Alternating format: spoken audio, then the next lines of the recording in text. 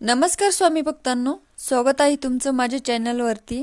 मित्रांनो, हा संदेश तुमच्यापर्यंत ज्या क्षणाला येईल त्या क्षणाला मानून घ्या की दैवी कृपा तुम्हाला साथ देत आहे.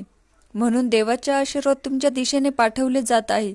तेव्हाच हे माझे प्रेम पवित्र संदेश तुमच्यापर्यंत आले आहेत. स्वामी म्हणतात, भगवंत म्हणतात, बाळा घाबरू नकोस, मी तुझ्या पाठीशी उभा आहे. अचानक परमेश्वर तुझ्या आयुष्यात चमत्कार करणार आहे. जेव्हा तुला असे वाटेल की आता सर्व काही संपत आले आहे, माझी भक्ती आता जी काही पणाला लावली आहे, देव माझी किती परीक्षा घेत आहे, हे सर्व काही तुमच्या मनात येत असताना तुमच्या दिशेने चमत्कार घडेल. होय, तुम्ही हे ते ऐकत आहात कारण देवाची ती इच्छा आहे की तुम्ही हा संदेश शेवटपर्यंत ऐकावा. यातील आशीर्वाद तुमच्यासाठीच येत आहे. याकडे लक्ष द्यायला वेळ मिळत नसेल तर वेळ काढा, कारण देव तुमच्याशी काही शब्द बोलू इच्छिता जे तुमच्यासाठी हितासाठी आहे. तुम्ही जर वेळ काढून हा संदेश ऐकत आहात तर तुमच्या जीवनातील पवित्र शुद्धी येईल, जे तुमचे कार्य करेल. स्वामींची देवाची पवित्र शक्ती स्वीकारण्यासाठी मी सज्ज आहे असे टाईप करा. स्वामी माऊलींचा हा दिव्य पवित्र संदेश जिथे कुठे ऐकला असेल ती जागा पवित्र होईल. ऐकणाऱ्याचे हृदय पवित्र होईल. देव म्हणतात, बाळा तुझ्या जीवनात काही भयंकर परिणाम होते जे तुला अंधाराकडे नेत होते. निरंतर या परिणामांमुळे तू खूप काही हैराण झाला आहे. तुझ्या डोळ्यासमोर तो अंधकार देखील आहे. तुला तुझ्या प्रश्नांचे उत्तर देखील मिळत नाही. तू खूप शोध करत आहे. तू जिकडे तिकडे प्रयत्नही करत आहेस, पण तुझ्या मनासारखे खूप काही घडत नाही, म्हणून तू उदास होत आहे. पण आज हा चमत्कारिक संदेश तुझ्यापर्यंत येणे म्हणजे तुझ्या भाग्याचे लक्षण आहे. तुझ्या भाग्यात चमत्कार होणार आहे. ही गरिबी तुझ्या आयुष्यातील गरिबी कायमची दूर करणार आहे आणि तुला भगवंताच्या जवळ नेणारा हा संदेश आहे. जर तू याला नंतर शेवटच्या क्षणापर्यंत ऐकशील तर तुझे आजार ही बरे होतील. तुझ्या शत्रूंना ते आता पराभूत करणारे आशीर्वाद तुमच्या मार्गात देऊ इच्छिता ते मनापासून स्वीकार करा. तुम्हाला पदोपदी तुमचे शत्रू तुम्ही हैराण केले आहे. तुम्ही मागे राहावे यासाठी ते खूप काही काळजी करत आहेत, पण त्यांना हे माहीत नाही तुझ्या पाठीशी देव उभा आहे. तुझ्या सोबतीला देव उभा आहे. क्षणोक्षणी तुला देवाची मदत आहे. जेव्हा देव मदत करता तेव्हा मोठमोठे कार्य पूर्ण होतात. हे त्या शत्रूंना माहीत नाही, म्हणूनच ते शत्रू तुझ्यासाठी वैरभाव करत आहे. तुझ्यासाठी खूप काही असे शोधत आहे जे तुला त्रासदायक ठरणार आहे, पण देव त्यांची एकही योजना सफल होऊ देणार नाही. माझ्यावर विश्वास ठेव. मी आज तुझा देव तुझ्याशी बोलत आहे की तुझ्या मनातील त्या सर्व काही चिंता माझ्या चरणांशी सोपवून तू निश्चिंत हो, कारण तुझ्या आयुष्यात कायमचे असे परिवर्तन घडवून येणार आहे. जर तुला माझ्यावर विश्वास आहे तर मी भाग्यशाली असे लिही आणि देव तुझ्या भाग्यात कसे चमत्कार करणार आहे याकडे लक्ष पुरव. देव तुमच्यासाठी मार्ग काढत आहे. स्वामी भक्तांनो, हे जे काही तुम्ही ऐकत आहात यावर विश्वास ठेवा. देवाचे बोल तुमच्या कानावर येताच तुमच्या मनात पवित्रता निर्माण होईल.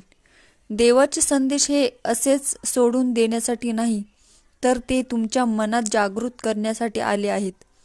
तुमच्या मनातील नकारात्मकता दूर करण्यासाठी आले आहे. जर तुम्ही हे मनपूर्वक स्वीकार केले, त्यातील आशीर्वादाचा स्वीकार केला तर तुमच्या सोबत अद्भुत चमत्कार घडतील.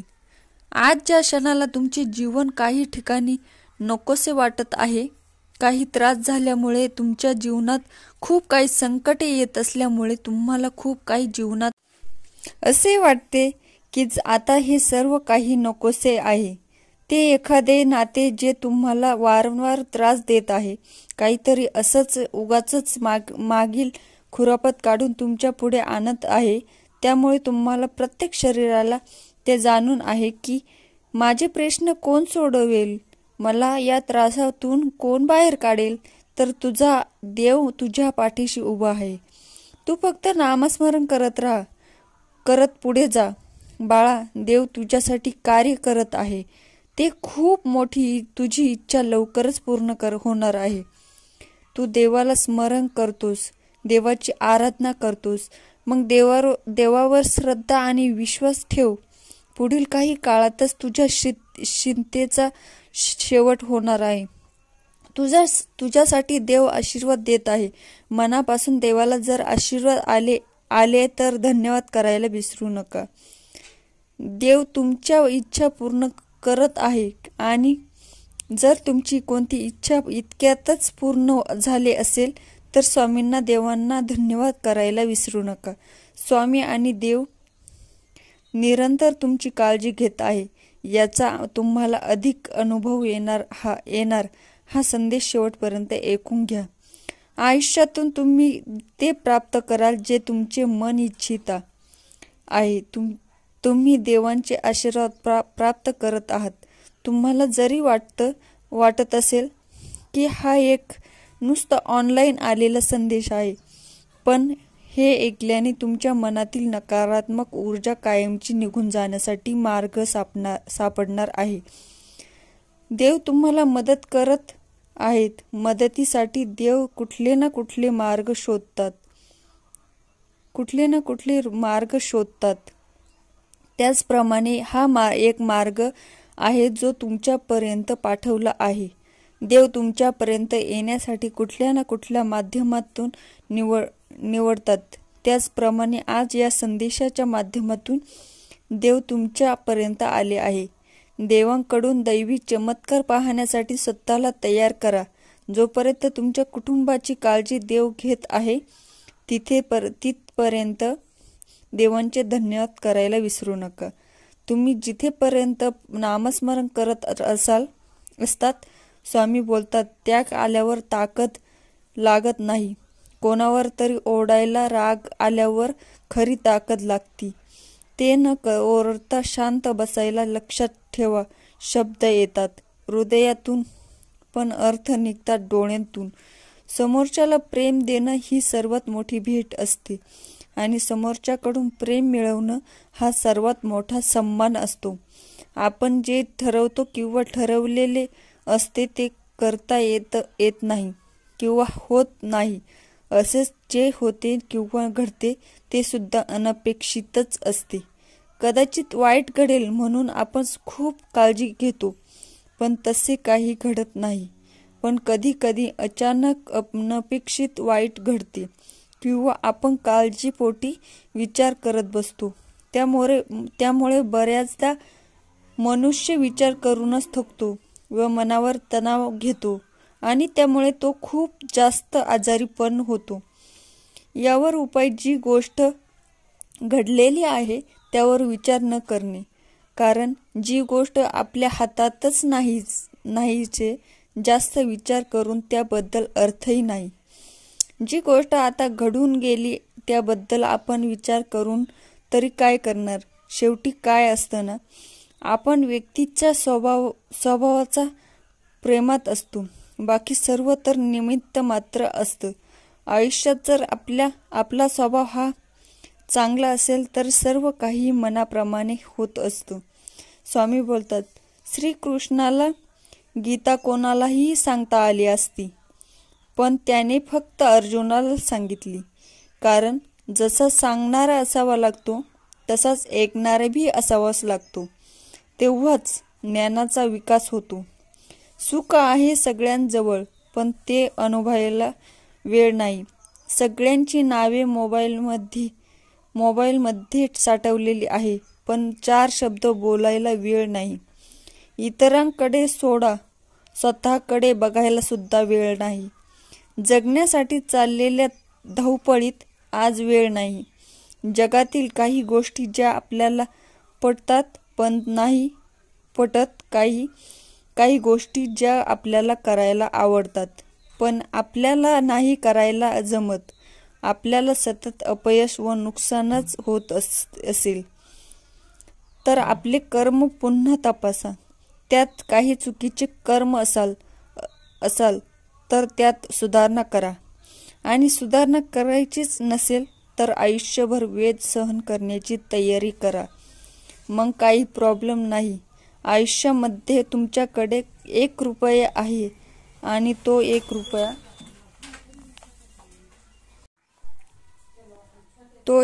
रुपया तुम्हाला तुमच्या जवळ आयुष्यभर ठेवायचा आहे तर हे जमू शकते. पण तुमच्या जवळ तर 1 कोटी आहे आणि तुमची परिस्थिती अत्यंत गरीब आहे आणि ते जर तुम्हाला आयुष्यभर जपायचे आहे तर ते असे होणार नाही.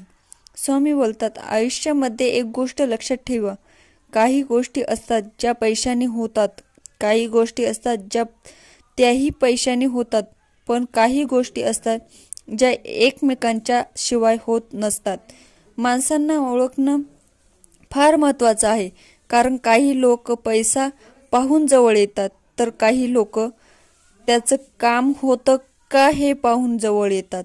जर आपण पुढची माणसं ओळखायला शिकलो तर आयुष्यामध्ये आपलं सर्व काही चांगलं होतं.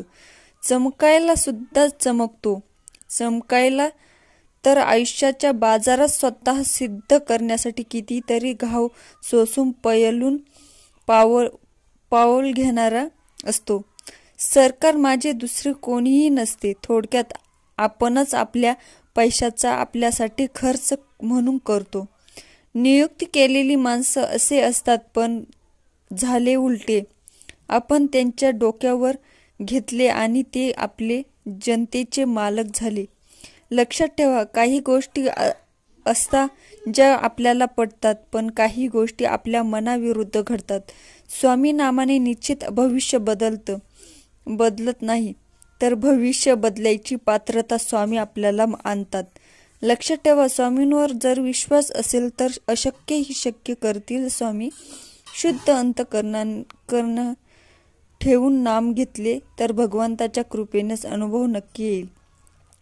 भगवंताच्या नामानेच अंतःकरण शुद्ध बनते. श्री स्वामी समर्थ म्हणतात, स्वतः पटेल तसे योग्य वागावे. दुसऱ्यांसारखं वागून स्वतःचं अस्तित्व गमावू नये. कारण चमकणारी प्रत्येक गोष्ट हिरा नसते. माझे नाव तुझ्या ओठावर असेल तर तू घाबरतोस कशाला? कोणतेही कारण असू दे, तू घाबरू नकोस. स्वतःवर आणि माझ्यावर विश्वास ठेव. सगळं चांगलं होणार हे मात्र नक्की. स्वामी सांगतात, योग्य वेळ येऊ दे. जगात कुठलीही गोष्ट विनाकारण घडत नसते. जिथे तुझी सहनशक्ती संपते तिथे आम्ही असतो. चांगल्या माणसांना चांगल्या गोष्टी उशिरा मिळतात. संयम ठेव, तुझी वेळ येईल. श्री स्वामी समर्थ बोलतात, आयुष्याच्या अडचणी कोणाच्या आयुष्यात नाही, पण जो आयुष्यात योग्य वेळेला योग्य प्रयत्न करतो तो नेहमी यशस्वी होतो.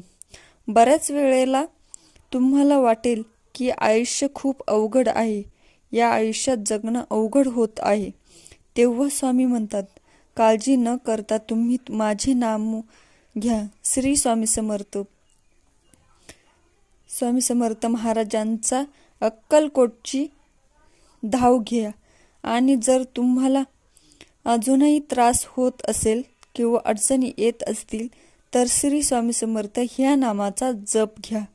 बऱ्याच वेळा तुमच्या आयुष्यात खूप अडचणी आहे, पण स्वामी समर्थ महाराजांचे नाम घेतल्यावर होतील ते दूर. स्वामी समर्थ महाराजांचा जो नामस्मरण करतो त्याच्या आयुष्यातील अडचणी लवकरात लवकर स्वामी दूर करतात. फक्त आपले कर्म चांगले असायला हवे. जर आपले कर्म चांगले असतील तर अडचणी ह्या फार काळ टिकत नाही. अडचणी नक्की आपल्या आयुष्यात निघून जातील. स्वामी बोलतात, तुझ्या आयुष्यात अडचणी आहे, तुला घाबरण्याची गरज नाही. स्वामी बोलतात, तुझ्या आयुष्यात अडचणी आहे, तुला घाबरण्याची गरज नाही. तुझ्या आयुष्यात संकटे दिसतात तरीही तुला घाबरण्याची गरज नाही. काळजी करू नको, मी नेहमी तुझ्या पाठीशी आहे. भिवू नकोस, मी तुझ्या पाठीशी आहे. भिवू नकोस, मी तुझ्या पाठीशी आहे. श्री स्वामी समर्थ. महाराजांचे नामस्मरण केल्याने आयुष्यात असंख्य गोष्टी शक्य होतात. जो व्यक्ती श्री स्वामी समर्थ नामाचा जप करतो त्याच्यासाठी अशक्य असं काहीच नाही. सर्व काही शक्य आहे. जर श्री स्वामी समर्थ महाराजांचा जप केला. श्री स्वामी समर्थ म्हणतात, माझ्या प्रिय मुलांनो, तुमच्या आयुष्यात अनेक संकटे येत आहेत. आयुष्यातील प्रत्येक संकट तुझे सर्व काही मी दूर करणार आहे. फक्त स्वामींवर तू विश्वास ठेवून बघ, सर्व काही तुझ्या मनाप्रमाणे होईल. एकेकाळी एका वैभवशाली राजाने राज्य केले. एके दिवशी एक परदेशी पाहुणा त्यांच्या दरबारात आला आणि त्याने राजाला एक सुंदर दगड भेट दिला. तो दगड पाहून राजाला खूप आनंद झाला. त्या दगडातून भगवान विष्णूंची मूर्ती बनवून ती राज्यातील मंदिरात बसवण्याचा निर्णय घेतला आणि मूर्ती बनवण्याचे काम त्या राज्यातील सचिवाकडे सोपवले. सरचिटणीस गावातील सर्वोत्कृष्ट शिल्पकाराकडे गेले आणि त्याला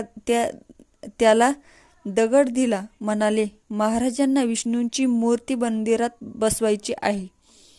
या दगडापासून भगवान विष्णूंची मूर्ती तयार करा आणि 7 दिवसांच्या आत महालात पाठवा. यासाठी तुम्हाला 50 सोन्याची नाणी दिली जातील. सुमारे 50 सोन्याची नाणी ऐकून शिल्पकार आनंदी झाला आणि सरचिटणीस गेल्यानंतर त्याने कुदळाचा उभारणीचे काम सुरू करण्यासाठी त्याने आपली हत्यारे बाहेर काढली. त्याने आपल्या अवजारातून एक हातोडी बाहेर काढला. ते फोडण्यासाठी दगडावर मारू लागला, पण दगड तसाच राहिला. शिल्पकार दगडावर अनेक वेळा हातोड्याने वार केले, पण दगड फुटला नाही. 50 वेळा प्रयत्न केल्यावर शिल्पकाराने शेवटचा प्रयत्न करण्यासाठी हातोडा उचलला, पण हातोडा मारण्याआधी 50 वेळा मारल्यानंतर दगड तुटला नाहीच, तर आता काय तुटणार या विचाराने त्याने हात ओढला. तो दगड घेऊन सरचिटणीसांकडे गेला आणि हा दगड फोडणं अशक्य असल्याचे परतला. त्यामुळे त्यापासून भगवान विष्णूंची मूर्ती बनवता येत नाही. सरचिटणीसांना प्रत्येक परिस्थितीत राजाची आज्ञा पाळायची होती. त्यामुळे त्यांनी विष्णूची मूर्ती बनवण्याचे काम गावातील एका सामान्य शिल्पकाराकडे सोपवले. शिल्पकाराने दगड घेऊन सरचिटणीस यांच्यासमोर हातोड्याने वार केल्याने दगड एका झटक्यात तुटला. दगड फोडल्यानंतर मूर्तिकाराने मूर्ती बनवायला सुरुवात केली. येथे सरचिटणीस विचार करू लागली, जर पहिल्या शिल्पकाराने शेवटचा प्रयत्न केला असता तर तो यशस्वी झाला असता आणि 50 सोन्याची नाणी मिळू शकला असता. आपल्याही आयुष्यात असे प्रसंग येतात. अनेक वेळा कोणतेही काम करण्यापूर्वी किंवा कोणतीही समस्या सोडवण्यापूर्वी आपला आत्मविश्वास हा डळमळीत होतो आणि आपण प्रयत्नही न करता हार मानतो. बऱ्याच वेळा आपण 1 किंवा 2 प्रयत्न अपयशी ठरलो तर आपण पुढे प्रयत्न करणे थांबवतो. तर आणखी काही प्रयत्नांनी काम पूर्ण झाले असते किंवा समस्या सुटली असण्याची शक्यता आहे. जीवनात यश मिळवायचं असेल तर यश मिळेपर्यंत वारंवार अयशस्वी होऊ नये. प्रयत्न करणे सोडू नये. कोणास ठाऊक, प्रयत्न करण्यापूर्वी आपण जो प्रयत्न सोडतो तो आपला शेवटचा प्रयत्न असू शकतो आणि आपण त्यात यशस्वी होऊ शकतो. तुझ्याजवळ जे आहे त्यापेक्षाही चांगलं तुला तुझ्या खात्यात जमा करायचं आहे. त्यामुळे सगळ्यात पहिलं समोरच्याला कोणत्याही कृतीसाठी जबाबदार ठरवणं बंद कर. साध्या गोष्टीसाठी परिस्थितीला दोष देणं बंद कर आणि माझ्या नशिबात असेल तर मिळेल हे वाक्य बोलणं बंद कर. मग बघ त्यानंतर तुला तुझ्या सेवेचं फळ मिळतं का नाही. ज्यावेळी आपल्या दैनंदिन जीवनात अडचणी आणि संकटांची वाढ होते तेव्हा समजून घ्या की आपली सेवा स्वामी महाराजांच्या चरणी रुजू झाली आहे आणि त्यांनी आपले प्रारब्ध मिटवण्याचे कार्य जलद गतीने सुरू केले आहे. एकदा की तुझ्या प्रारब्धाचे भोग संपले की फळ निश्चित मिळेल. स्वामींच्या इच्छेत इच्छा घालून राहावे. तुमच्या आयुष्यात जे काही घडतंय ते नक्कीच तुमच्या मनासारखे घडत नाही, पण विश्वास ठेवा स्वामींवर ते जे करतील तेही चांगलेच असेल. स्वामी म्हणतात, बाळा, आजपर्यंत किती वेळा मी तुला संयमाचे धडे दिले, पण तू त्यातून काहीही शिकला नाही. तुझ्या आयुष्यात जे काही घडतंय ते माझ्या नियोजनाचा भाग असतो.